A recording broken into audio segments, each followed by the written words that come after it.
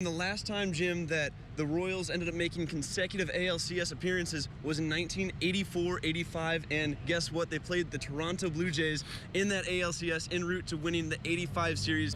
It's been quite the week for the University of Missouri, but after some questions, there will be a football game tonight, and fans are clearly pretty excited about it. It's time to take the MU out of mock. The Missouri Tigers have dismissed its former starting quarterback from the football team. The two basketball arenas are separated by just 8/10 of a mile. If they really wanted to, Stevens could probably warm up by jogging to the game. The Royals started off playing small ball in the third, knocked in a couple runs, and then in the fourth inning was when Salvador Perez hit a solo shot. That 3-0 lead has been good enough so far. The Midwest Nomads have become familiar faces at the Home Runs for Heroes softball tournament. This is my third year in a row playing in this tournament, so this is one of the tournaments I make myself available to play for every year. It's not your average softball tournament. Yes, there are players, umpires, and fans, but on this diamond, the wins and losses don't matter. It just means a lot. The winner isn't the one that will hold the trophy. It's the veterans, so I think they're the big winners, and we're here to support them, and luckily, I mean, we're here to have a good time for them. Get up, ball! Get up, ball! All of the money spent at the tournament, from home runs to hot dogs, goes towards sending veterans to Washington, D.C. to see memorials for wars they served in. You know, it shows respect, how much respect that everybody has for everybody that served throughout the years. Some participants say they played for family members who served, but for the Nomads, it's different. Patrick Whelan, United States Air Force. Daniel Comer, United States Air Force. Jeremy Woods, E5, United States Air Force. Sean Hampton, I was United States Air Force for 6 years. Sean Clutter, I'm in the Air Force. We're not out here playing for ourselves. We're out here playing for the people that served before us. Tony Riley served 8 years in the United States Marine Corps. He's the proud father of a Nomad, and now the team's third base coach. The way people greet you around now and thank you, it's nice. How much would it mean to him to see the memorial? A lot. I don't know what to say. It means a lot. Connor Handel, KOMU 8 Sports, Columbia. By far and away, our clear-cut #1 choice. 15 years ago, Missouri introduced Gary Pinkel as the new head football coach with the number 1, a number eventually used to describe where he ranks all time among Missouri coaches. It was in his nature to live up to it. I like to win. And win he did. From the 2007 Border War, which moved Missouri to the top-ranked team in the country, 4 conference championship game berths, including 2 in the first 3 years with the SEC, and 6 bowl victories, 2 of which came in the Cotton Bowl. When it was all said and done, he led Missouri to a record-setting 118 wins. But after doctors diagnosed him with non-Hodgkin's lymphoma this year, he announced it was time to step away from the game. The most important thing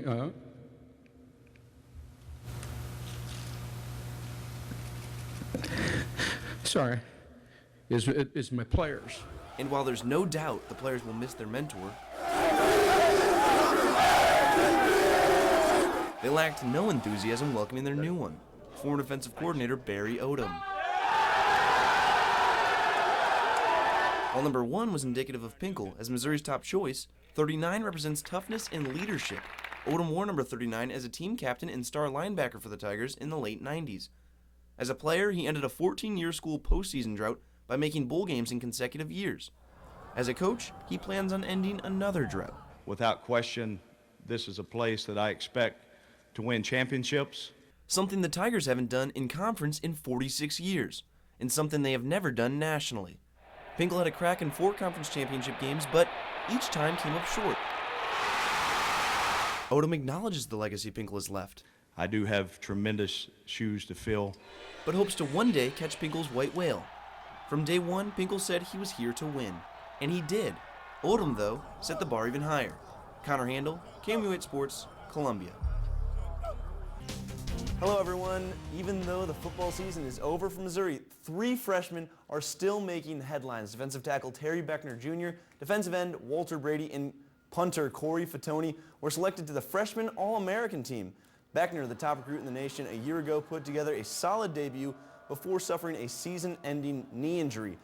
Before then, he recorded 27 total tackles, 8 tackles for loss, and 3 sacks this season in the 8 games he played. Brady also made some noise on the D-line, recording 7 sacks and 12.5 tackles for loss. His 7 sacks led all freshmen nationally and ranked 8th total in the conference. Fatoni ranked 1st among freshmen nationally in net punting and averaged 42.9 yards per punt. Missouri's 3 freshman All-Americans are tied for the most among any team in the nation with Alabama. The Rams will try to do something tomorrow they haven't done in 7 weeks: win consecutive games. The Rams are coming off a win Sunday versus the Lions, which ended their losing streak at 5 games. At 5-8, the Rams are in 3rd in the NFC West and 3 games out of the wild card.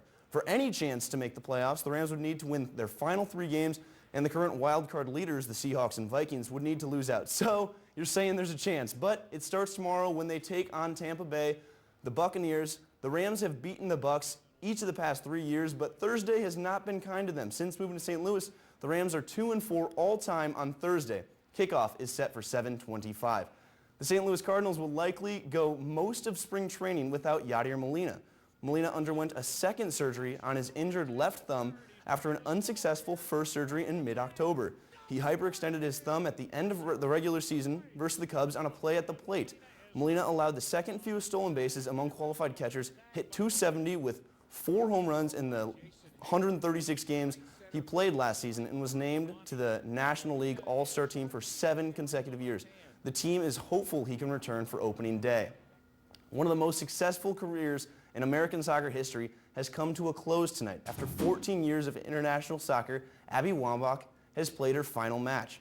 Abby Wambach left the United States match with China tonight in the 72nd minute. The match finished the U.S. women's national team's World Cup victory tour.